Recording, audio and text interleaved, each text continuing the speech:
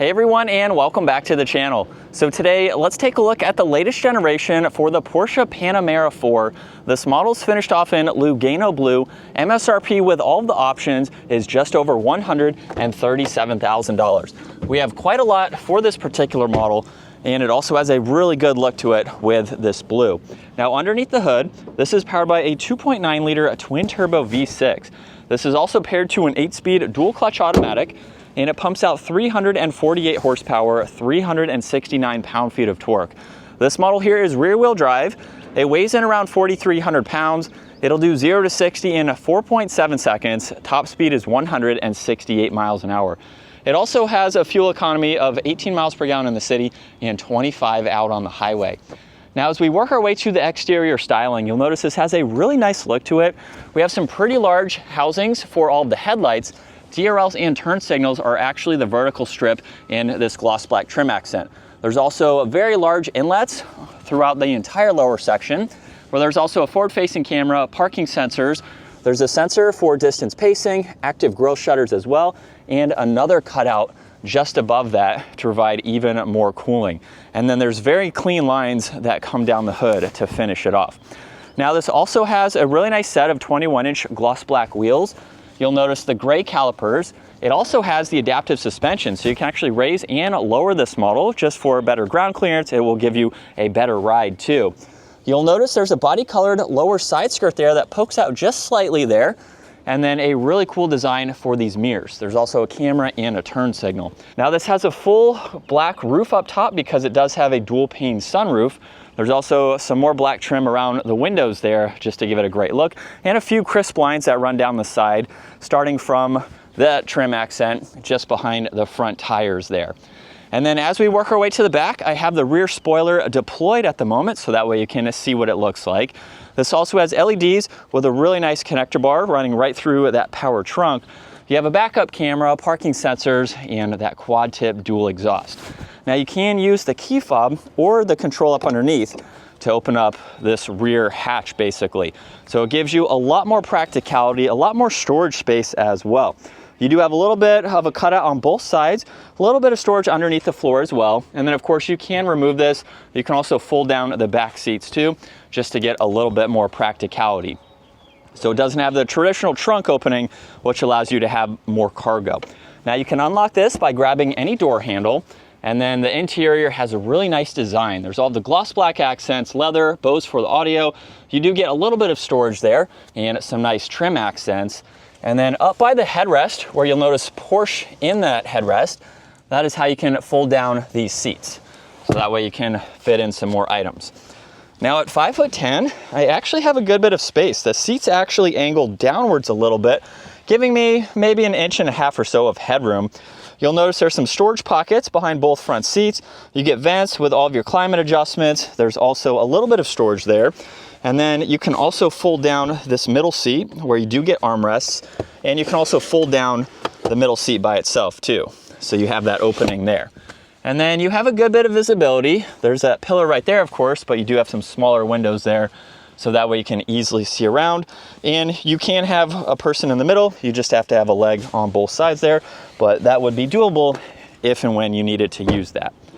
Now up front, this has memory seating adjustments, power folding side mirrors, window controls, even that liftgate release, and then you have a little bit more storage and all the same materials. And then a really nice design for these automatic seats. All those controls are down on the side. There's a very small door sill, so it's pretty easy to get into. Now with most Porsche models, this is how you start it up, over on that left side. And then we have a leather wrapped steering wheel. Paddle shifters are on both sides. And then you'll notice on this left side, you have your volume along with Bluetooth and voice commands. There's also a favorites button too that you can get into. And then on the right side, you have these controls to go through this digital gauge cluster. Now you have a lot of different settings that you can go into, and we will start over on that right side, where I can use the rotary dial to go through a few of the modes that you can see. If I push on the button to the right of that, now we can go through that left side. So you can go through all of this information here, and then you have one more setting to go through for the center. So you have a few different gauge cluster settings here that you can pull up just depending on what you would like to see. So it makes it pretty nice. You can even pull up the nav in full screen there, just depending on the information that you want. And then you do have 2 different driving modes. You will notice that change on that right side. Here's your cruise control settings, and then you have your headlight adjustments just by pushing on that control, along with the rear fog lights. You have 1 air vent there, head-up display as well. You get a speaker up top with all of the leather. And then for the infotainment system, you have a lot of widgets here that you can go through. Apple CarPlay, Android Auto. You can also get into vehicle, or you can go through even your roll-up blind for the rear. You have some seating adjustments that you can get into, and then a few of the daily driving modes, and then everything here to set this up the way that you would like. Even the leveling system that I mentioned earlier, you have engine start stop, the spoiler there, and then you can even swipe over. You have a split view here, and then you also have some more icons to go through. Now there's other shortcuts on this left side, so you can quickly get through all this information even when you have your phone paired there, and then you are back to these settings here. And then you have a few other options that you can get into, so pretty easy to use that. You'll notice to the left, this is the gear selector. So all the way up is for reverse, where you can pull up that camera system along with the top-down view. So you can go through all of these, just depending on the visibility that you need. You can see around the entire vehicle. Then you have drive, the manual setting, and park located up top. Now you'll notice climate's underneath that, and then you have your heated and ventilated seats, temperature adjustments, along with fan speed. You have volume just behind that. You can even get into a climate menu as well. So you can pull that up in the upper screen here and further go through all of these. And you can even adjust your rear settings too from up front, which is very helpful. Now you'll notice there's some more gloss black behind that. And this even has wireless charging along with some auxiliaries on that left side. And then you have cup holders behind that. You do get a little bit of storage with an auxiliary in the glove box there. And then you have more storage in the secondary glove box, and you even have a passenger screen.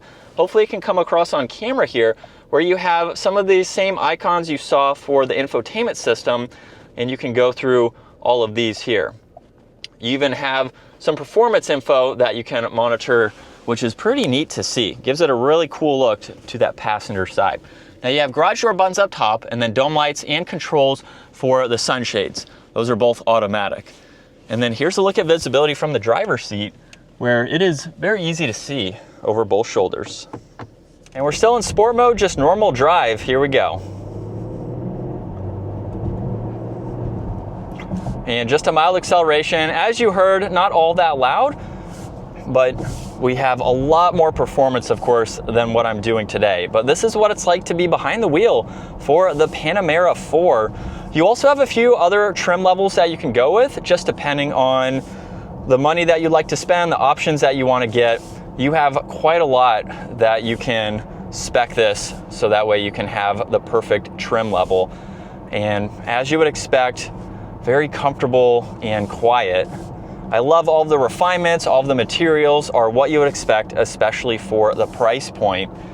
And you're just getting a very nice, luxury-focused daily driving vehicle that's also going to give you some of those performance characteristics. Now you can go with some higher performance levels, again, just depending on what you were looking to get. But I think this has an adequate amount of power for what you are getting for this vehicle.